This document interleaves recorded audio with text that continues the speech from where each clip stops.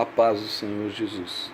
A palavra de Deus nos diz lá em Mateus, no seu capítulo 5, no seu versículo 10: Bem-aventurados os que sofrem perseguição por causa da justiça, porque deles é o reino dos céus.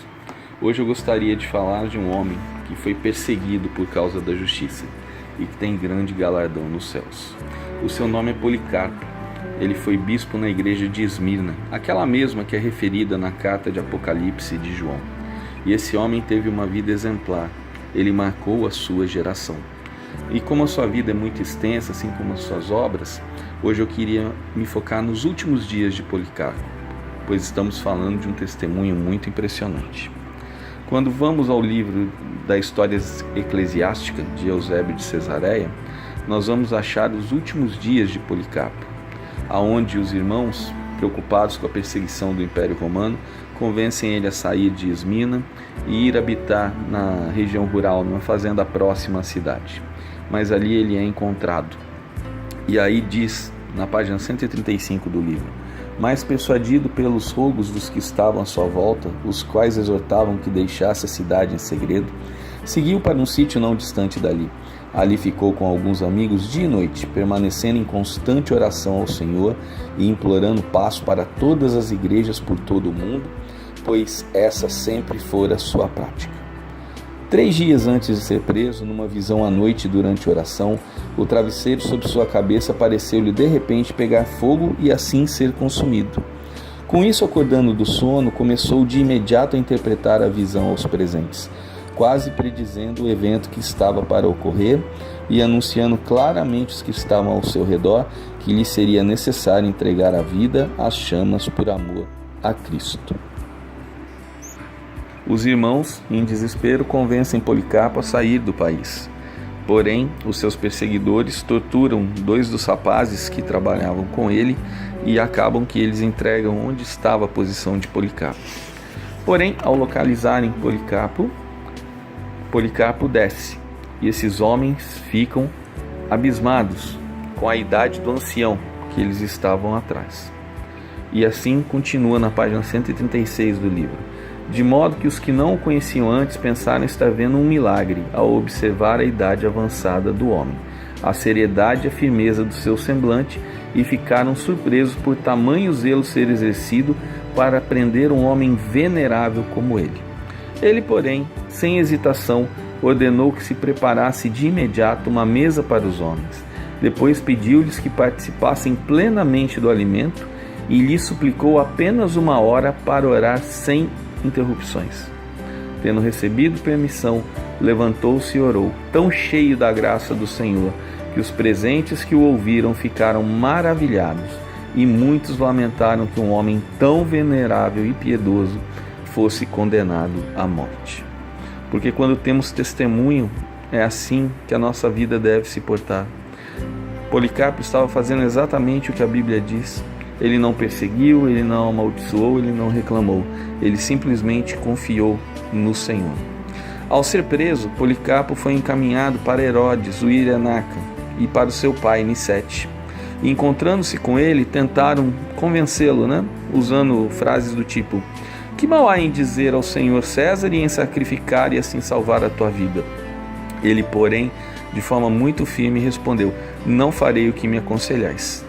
E aí, como não conseguiram persuadi-lo, disseram palavras ameaçadoras e o lançaram do carro com grande violência, de modo que ao descer, torceu a coxa. Mas nada disso funciona como estamos firmes na vontade do Senhor. Mas havendo ali uma grande agitação no lugar, de modo que ninguém conseguia ouvir, veio uma voz do céu a Policarpo quando ele entrava no estádio: Sê forte, Policarpo, e age como homem. Ninguém viu quem falou, mas a voz foi ouvida por muitos de nossos irmãos. Imagina você entrar no estádio de futebol, dá para ouvir alguma coisa com a torcida gritando? A situação era mais ou menos essa. Mas quando Deus fala, é impossível não ouvir. E aí o governador tenta convencer Policarpo, dizendo para que ele considerasse a sua idade, dizendo a ele que jurasse sorte a César, que ele se arrependesse, para que ele dissesse: fim aos que rejeitam os deuses. Mas Policarpo, com um semblante grave e sério, e contemplando toda a multidão que se reunira no estádio, acenou com a mão para ele, com um suspiro, olhou para o céu e disse: fim aos ímpios. E mais uma vez tentaram convencer Policarpo, que declara: 86 anos tenho lhe servido, e ele nunca me fez nenhum mal. E como posso agora blasfemar meu rei que me salvou? E de novo o governador continua insistindo, e aí Policarpo declara: se és tão vão a ponto de pensar que devo jurar pela sorte de César, como dizes, fingindo não saber quem sou, ouvi minha livre confissão: sou cristão. Mas se quiseres saber qual a doutrina do cristianismo, concede-me um dia e ouve-me. E o procônsul disse: persuade o povo. Policarpo respondeu: considerei próprio dar-te o motivo, pois fomos ensinados a dar aos magistrados e autoridades designados por Deus a honra devida a eles, contanto que isso não nos fira, mas não considero próprio apresentar minha defesa perante eles. O procônsul ameaça: tenho feras à mão e lançar-te a elas, a menos que mude de ideias. Ele respondeu: chamas, pois não tenho motivo para nos arrepender do melhor para o pior, pois é bom mudar da perversidade para a virtude. Ameaça-me com fogo, que queima por um momento e logo se extingue, pois nada sabes do julgamento que virá e do fogo da punição eterna, reservada para os perversos. Por que te demoras? Faze o que desejas. E após isso, a multidão gritou que Policarpo deveria ser queimado vivo. E é impressionante nesse testemunho que ele, com semblante tranquilo, quando ia ser pregado na cruz para que não escapasse do fogo, disse: não precisa me pregar como os cravos, porque aquele que me dá força vai fazer com que eu me mantenha imóvel nesse fogo. E assim ele só foi amarrado, mas ele não foi pregado. E o mais impressionante é que o relato diz que quando atearam fogo naquela pira para queimá-lo, o fogo não pegava nele. Era como se uma bolha fosse aberta em torno dele e o fogo não pegava.